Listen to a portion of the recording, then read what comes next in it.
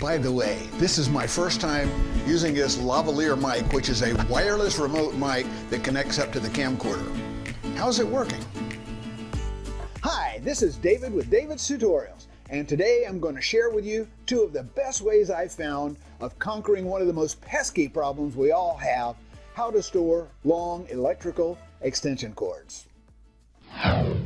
The smaller household extension cords are usually not a problem. It's pretty easy to wind them up into a hank, coil the cord around itself, and hang it on a hook or store it in a box. It's when you get those longer extension cords, 25 feet, 50 feet, even 100 feet long, that storing them becomes a hassle. Either they get all tangled and they're a royal pain to get untangled, or they take up a huge amount of room.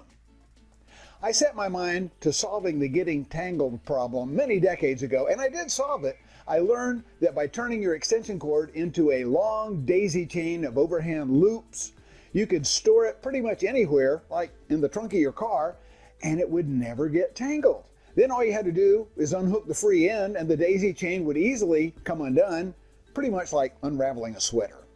The problem with that was that it took up a lot of room, and wherever you store it, it's really a big mess of a cord pile.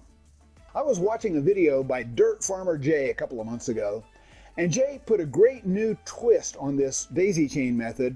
He doubled the cord before starting the daisy chain, so he wound up with both the plugs at the same end. Rather than demonstrate that for you, I'll just put a link to Jay's video in the description down below. You should go watch his video after you watch this one. He does a great job. The only problem with this method was that it's still a mess to store that great big pile of cord. I've thought about extension cord storage for many years, and what I want to share with you now are the two best ways I have found to store them. Method number one is the cable cuff. Here's how I use cable cuffs. I'm going to show you right now how I coil up a cable for my leaf blower. Now the cable is pretty much permanently attached to the leaf blower, so I don't want to use the daisy chain method.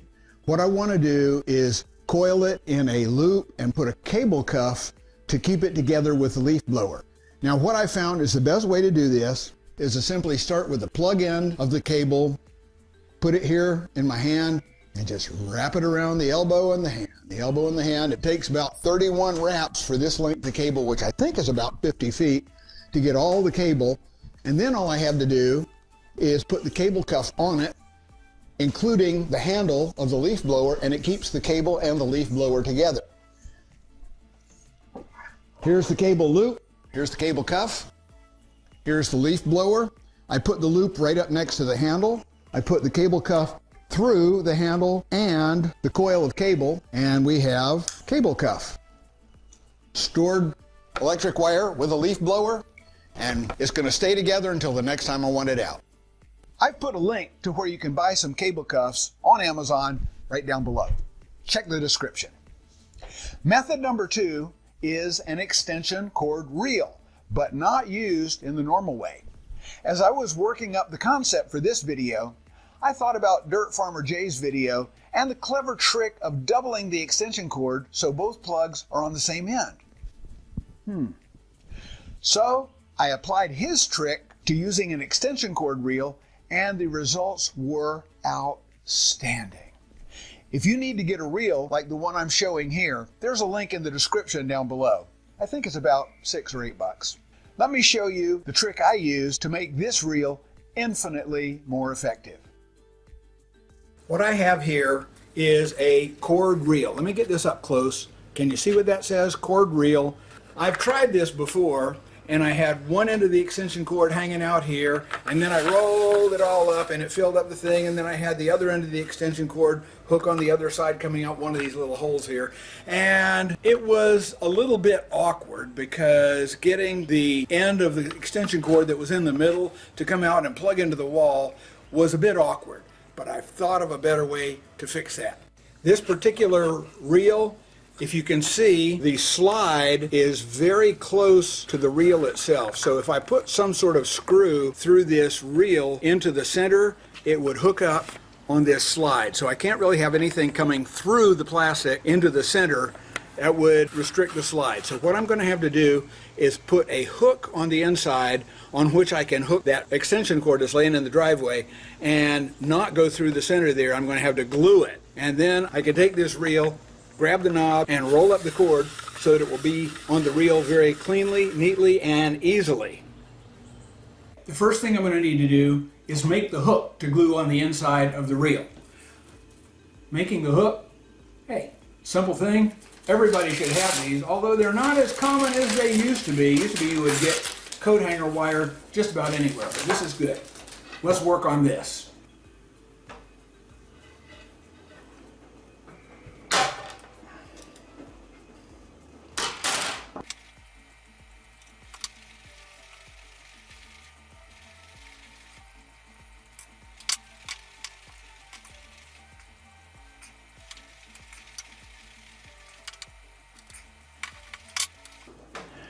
The shape is not that important, it's just we're trying to get some more surface area to attach to the reel.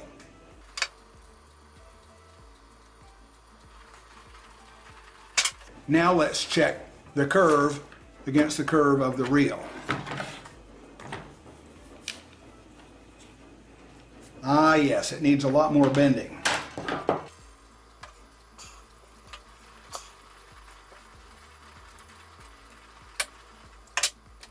Now we have some curve. Let's check that. That's a lot better. That is a lot better.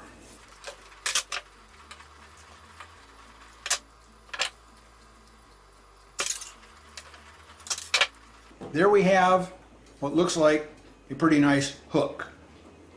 We'll see one more time if the bend is the same as the bend in the reel. That lays pretty flat on the reel itself. So let's see what we can do about fastening it. Now, I could use duct tape. That would probably work pretty well, but I'm thinking hot glue would work even better. I've got my hot glue gun out. Here's the hook. Now I'm going to have to make sure which way the hook is oriented inside the reel. We want it to go this way or this way. To do that, I'm going to have to hold the reel in the hand that I usually hold it in with the knob there, and I'll be turning it this way, which means the hook should be pulling this way. First, a couple of spots of glue just to hold it in place, and now all of the glue. I don't know if you can tell, I'm being very generous with this glue. I don't want it to come off. Okay, it's cooled for a few seconds, and I'm kind of pulling on it, and it seems like it's going to work okay. The only way to tell for sure, let's go outside and try it. Okay, here we are at the end of my driveway.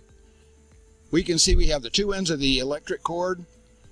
Gonna go up the driveway,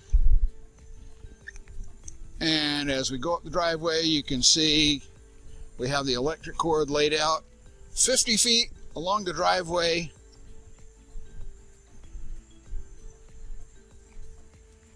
Doubled over for a total of 100 feet. Here's the spool, and now we're going to start winding it up. Here we have the hook glued into the spool of the reel. Here we have the loop of the cable. All I have to do is get the loop of the cable and hook it around the loop of the hook. Put it right down in there. Grab the knob and start reeling.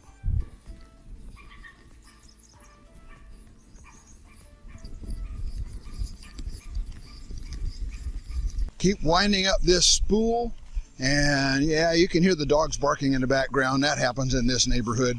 Fortunately, it doesn't go along all the time. But once we get to the end of the cord,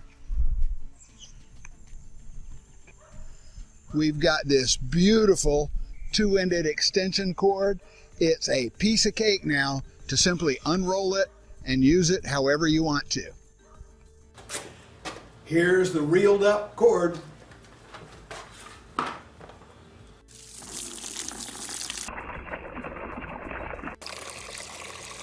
And here's a bucket of water. Now, water and electricity usually don't mix, but I'm not using it as water. I'm using it for weight. because the theory behind this reel is you unroll enough of it to plug in the wall, but then you pull out the rest, letting the reel unreel behind you, and we don't want to pull the plug out of the wall, therefore a bucket of water for the weight. Here's that.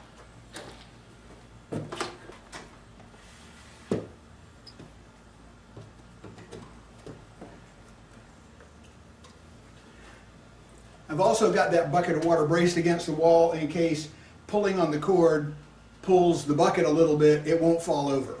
We don't want water and electricity, they don't mix.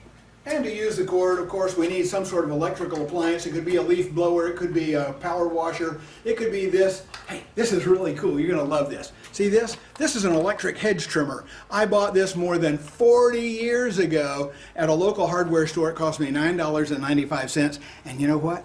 It still works great. Can't argue with success. And now, the moment of truth. I'm going to pull on that reel, and we'll see if it unreels the way I expect it will. Here we go.